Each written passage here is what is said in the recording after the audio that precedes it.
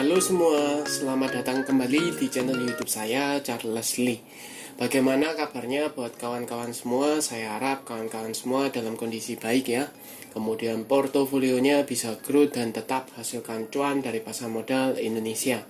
Oke, pada kesempatan kali ini saya akan membahas apa? Pada kesempatan kali ini saya akan membahas satu saham yang kemarin ya, kalau teman-teman lihat di closingnya itu ada tarikan ya, ada tarikan dan saham ini ditutup auto reject atas atau mengalami kenaikan hampir 35%. Saham apakah ini? Saham ini adalah GoTo, Gojek, Tokopedia, TPK.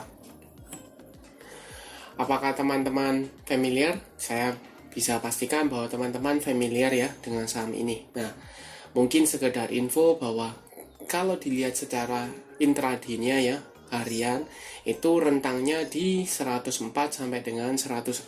Tetapi kalau teman-teman lihat mendekati akhir sesi atau pas di pre-closingnya itu ada tarikan ya, tarikan sehingga GoTo ini bisa ditutup di level 147. Nah, apa penyebabnya? Kemudian apakah teman-teman masih bisa entry untuk posisi GoTo sekarang? Dan apa yang teman-teman harus lakukan? Pastikan temukan jawabannya dalam video ini ya. Jadi pastikan teman-teman tonton video ini sampai selesai. Oke, buat teman-teman yang mungkin baru pertama kali mampir ke channel YouTube saya ucapkan selamat datang, selamat menonton. Semoga informasi yang kami sampaikan melalui video-video yang kami buat bisa bermanfaat buat kawan-kawan semua. Oke, mungkin intronya sedikit panjang ya. Kita langsung ke intinya saja. Apa sih penyebabnya kenapa GoTo pada akhir sesi itu ada tarikan? Ya, kita cek beritanya ya. Ini melalui cnbcindonesia.com ya. Saham GoTo tiba-tiba ditutup arah. Penyebabnya apa? Ini beritanya baru ya, tanggal 31 Mei 2023 jam 16.57 ya, atau sekitar jam 5-an ya, mau jam 5. Nah, di sini disampaikan bahwa saham emiten teknologi super apps yakni PT GoTo, Gojek, Tokopedia secara tiba-tiba melesat hingga menyentuh auto reject atas atau arah pada pre-closing perdagangan Rabu tanggal 31 Mei 2023 ya. Saham GoTo ini secara tiba-tiba melesat 34,86% ke Rp147 per lembar saham. Ya, padahal secara sepanjang hari rentangnya ini sideways ya, seperti itu. Nah, di sini juga dijelaskan seperti yang tadi saya sampaikan ya, rentangnya 104 sampai dengan 110, tapi di akhir sesi ada tarikan. Nah, adapun teman-teman bisa cek di sini, adapun order booknya di harga 147 per lembar saham itu terdapat antrian jual atau over sebanyak 58 juta lot atau sekitar 853 miliar ya. Kemudian berkat melesatnya saham GoTo ini, indeks saham gabungan atau IHSG yang akhirnya ditutup turun tipis itu, padahal kalau teman-teman lihat ya, kurang lebih sebelum pre-closing itu hampir 1% ya minusnya. Tapi karena GoTo-nya arah ya, jadinya hanya tutup atau ditutup IHSG-nya terkoreksi tipis. Seperti itu. Nah, muncul pertanyaan, kenapa saham GoTo ini bisa naik ya, melesat sampai di arah? Bayangkan ya, kalau teman-teman lihat bid offer-nya GoTo, mayoritas itu jutaan lembar atau jutaan lot ya, per masing-masing tick itu hampir jutaan lot seperti itu. Nah, bayangkan kalau di rentang antara 100, anggap saja 110 lah, 110 ke 147 itu harus berapa tick yang dia HK ya, seperti itu. Dan berapa juta lembar sahamnya yang harus dimiliki, seperti itu ya. Nah, menjadi jawabannya di sini adalah kenapa saham GoTo ini menjadi arah, karena saham GoTo itu mengalami rebalancing index ya, rebalancing index MSCI ya per hari ini. setelah diumumkan tanggal 11 Mei 2023 dan efektif per hari ini yaitu 31 Mei 2023. Dengan ini maka saham GoTo sudah resmi masuk ke dalam indeks MSCI ya, Global Standard Index. Nah, ini indeksnya itu indeks apa sih? Buat teman-teman yang belum tahu ya, MSCI itu merupakan perusahaan penyedia indeks saham dan obligasi yang populer di dunia investasi. Indeks yang diluncurkan MSCI digunakan oleh para pengelola dana sebagai acuan atau benchmark untuk meracik produk investasinya. Ya, di Indonesia jelas ada, tetapi tidak atau belum banyak saham yang masuk ke indeks ini. Ya. Kalau dilihat dari beritanya itu sekitar 2%-an ya. 2%-an yang masuk ke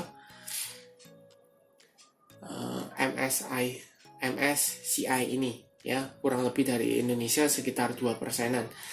Apa kriterianya untuk masuk MSCI? Mungkin saya tidak akan bahas lebih dalam ya, tetapi yang jelas dilihat adalah kapitalisasi pasarnya, kemudian bobot ke bursanya ya, kemudian likuiditasnya. Jadi jelas di sana harus memenuhi kriteria baru bisa masuk ke indeksnya MSCI. Itu. Nah, kita lanjut ke chartnya. Secara chart jelas ya bahwa dia arah auto reject atas dengan body candle cukup solid, ditutup di level 147. Kalau dilihat di sini dia sebenarnya masih berkutat di sideways-nya ya, range sideways di antara EMA 50 ya. Levelnya di mana di area 100 sampai dengan 120-an. Ya, di area sana. Kemudian kalau dilihat volume, jelas ya, volumenya meledak. Kemudian garis MACD ini mulai mengarah ke atas. Yang tadinya dia cenderungnya sideways, mulai mengarah ke atas. Apakah ini menjadi tanda ada yang akumulasi? Kita coba cekkan ke broker summary-nya.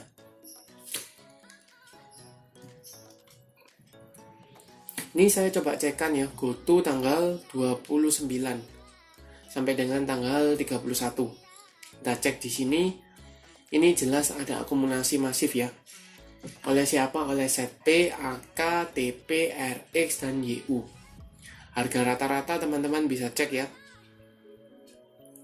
130-an semestinya. Ada yang ngambil di 147 RX, ada yang ngambil di 144 ya. Tapi ada yang dapat di YU 124-an. Jadi so far kalau ditanya sekarang rata-rata sudah floating profit. Seperti itu. Nah, pertanyaannya adalah, atau pertanyaan selanjutnya adalah, apakah ini akan berlanjut atau hanya kenaikan sesaat karena rebalancing dari indeks ya, MSCI-nya. Kalau dilihat di sini, menurut saya hanya sesaat, ya, karena euforia, karena penyesuaian, ya, penyesuaian, sehingga dia mengalami kenaikan. Tapi apakah ada arah keduanya untuk saham GoTo? Saya rasa berat. Kenapa? Karena biasanya penyesuaian itu hanya sekali, ya. Tapi pertanyaan berikutnya adalah, apakah besok Senin ini saham GoTo akan melanjutkan kenaikan? Kalau dilihat, karena ini euforia ya, karena dianggap mengalami kenaikan, ada dua kemungkinan logis. Yang pertama, dia akan lanjut rally atau melanjutkan kenaikannya, ya, melanjutkan kenaikan, let's say ke 150-an, atau dia akan auto reject bawah, ya. Tapi mengingat, teman-teman sekaligus ya, saya mengingatkan bahwa besok tanggal 5 itu efektif auto reject bawahnya menjadi 15%.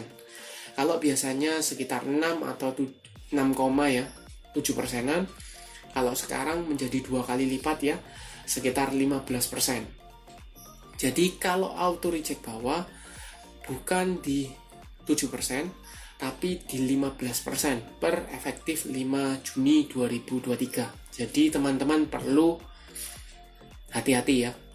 Buat yang suka scalpingan, yang tidak mau cut loss atau tidak disiplin cut loss, hati-hati karena auto reject bawahnya itu 15%. Apakah menjadi potensi? Jelas berpotensi, ya seperti itu. Tapi resiko juga mengikuti. Oke, untuk teman-teman kesimpulannya bagaimana? Euforia bisa, ya teman-teman sudah punya di saham GoTo, is oke, manfaatkan aja euforianya, tinggal lihat Senin apakah dia lanjut kenaikan atau auto reject bawah. Kalau misalnya euforianya sudah tahu ya penyebabnya apa, mayoritas kan hanya penyesuaian atau rebalancing. Kalau penyesuaian berarti kan tidak ada perubahan signifikan ke fundamental, ya ke fundamentalnya maupun secara teknikal, hanya penyesuaian. Berarti kemungkinan besar menurut saya akan terkoreksi, terlepas ya apakah auto reject bawah atau terkoreksi tipis seperti itu. Tapi yang jelas sudah dijelaskan di awal bahwa GoTo ini masuk MSCI. MSCI berarti dia masuk ke salah satu saham yang diperhitungkan atau bisa dimasuki asing, dana asing masuk ya, karena kan jadi bahan acuan ya, jadi tolak ukur lah istilahnya, tolak ukur apakah beberapa saham yang masuk di indeks MSCI itu atau saham IHSG itu cukup layak di entry ya, atau melalui reksadana indeksnya, jadi melalui di sana. Jadi bermanfaat, apakah bermanfaat? Jelas bermanfaat, tapi apakah ini berkelanjutan atau tidak, atau hanya euforia sementara, seperti itu. Jadi menurut saya hanya condongnya ke euforia sementara sambil melihat secara fundamental ke depannya bagaimana. Tapi jelas potensi untuk GoTo ini menurut saya buat teman-teman investasi jangka panjang, sekali lagi investasi jangka panjang mungkin bisa mulai dilirik. Kenapa? Secara fundamental ya, bahwa yang tadinya rugi cukup besar menjadi rugi tapi mulai berkurang. Ini salah satu penyebabnya karena strateginya yang sebelumnya bakar uang menjadi mulai mencari profit ya. Tapi mencari profit ini tidak bisa sejalan dengan pertumbuhan. Ya, kenapa? Kalau strateginya bakar uang, maka pertumbuhan yang dikejar. Tapi kalau profit, maka mayoritas akan mengorbankan